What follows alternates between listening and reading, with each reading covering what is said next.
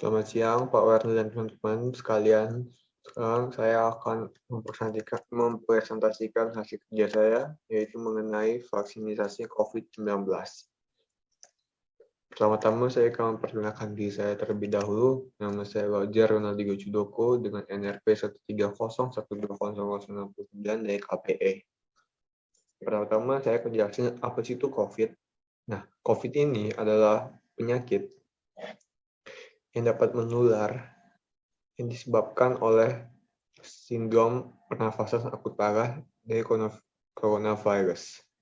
Dan kasus ini pertama diketahui diidentifikasi di Cina dengan kota Wuhan. Dan penyakit ini pun menyebar sampai ke seluruh dunia dan Indonesia pun terkena imbasnya. Kemudian total dari penduduk di Indonesia yang terkena COVID ini adalah sampai 1,6 juta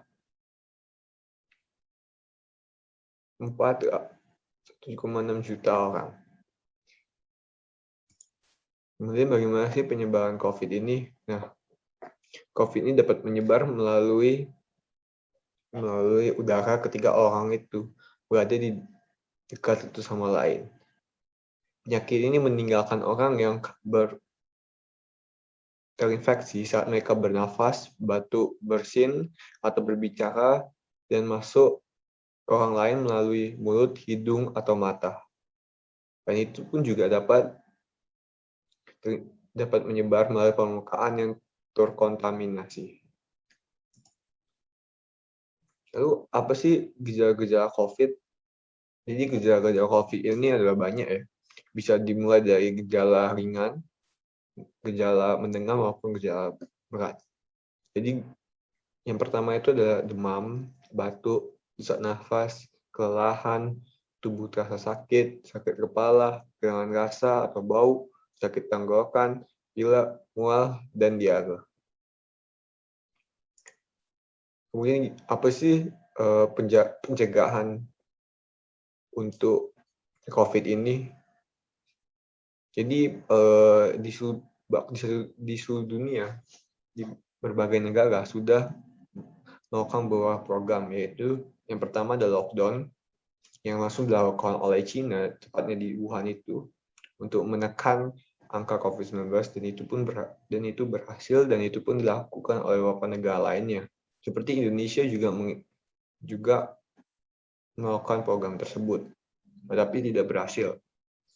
Kemudian ada program bernama 3M, yaitu memakai masker, mencuci tangan, dan menjaga jarak. Itu juga sebagai upaya untuk mencegah dari penyakit COVID-19 ini. Dan ada juga tindakan yaitu vaksinasi COVID. Jadi vaksin ini apa sih? Jadi vaksin itu merupakan suatu antigen atau benda asing yang dimasukkan ke dalam tubuh untuk menghasilkan reaksi kekebalan tubuh terhadap penyakit tertentu. Dan vaksin ini biasanya berisi mikroorganisme, misalnya virus atau bakteri yang sudah mati atau masih hidup tetapi dilemahkan. Vaksin juga bisa berisi bagian dari mikroorganisme yang bisa merasa sistem kekebalan tubuh untuk mengenal mikroorganisme tersebut. Jadi ada beberapa jenis vaksin COVID yang udah dibeli oleh Indonesia. Yang pertama itu adalah vaksin merah putih, vaksin BioNTech, vaksin Sinopharm, vaksin Moderna, vaksin AstraZeneca, dan vaksin Sinovac.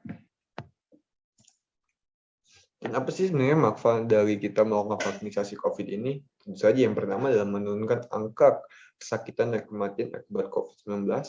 Yang kedua adalah mendorong terbentuknya herd immunity. Yang ketiga minimalkan dampak ekonomi dan sosial.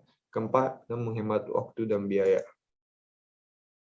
Dan apa sih tahapan golongan yang mendapatkan COVID-19 ini? Jadi yang pertama, tahap pertama itu vaksinasi dilakukan terhadap tenaga kerja, asisten tenaga kerja, tenaga penunjang yang pergi pada fasilitas pelayanan kesehatan, TNI Polri, aparat hukum, dan petugas pelayanan publik lainnya. Yang kedua adalah tokoh masyarakat atau agama, pelaku perekonomian strategis, perangkat daerah kecamatan, perangkat desa, dan perangkat rukun tetangga atau rukun warga. Yang ketiga adalah guru atau tenaga pendidik dari PAUD, TK, SD, SMP, SMA, atau setingkat, sederajat, dan perguruan tinggi. Yang keempat ada aparatur kementerian atau lembaga, aparatur organisasi perangkat pemerintah, daerah, dan anggota legislatif. Yang kelima ada masyarakat rentan dari aspek geospasial, sosial, dan ekonomi. Yang terakhir ada masyarakat sipil dan pelaku perekonomian lainnya. Jadi gimana sih kita bisa mendapatkan fasil ini? Yang pertama itu adalah melalui notifikasi SMS yang akan dikirimkan oleh pemerintah bagi siapa yang sudah mendapat yang di golongan tersebut yang berhak mendapatkan vaksinasi COVID duluan. Yang kedua adalah bisa melalui layanan Peduli Lindungi. Yang ketiga adalah melalui Babinsa atau Babin Kamtibmas. Sekian dari penjelasan saya. Sekian dan terima kasih.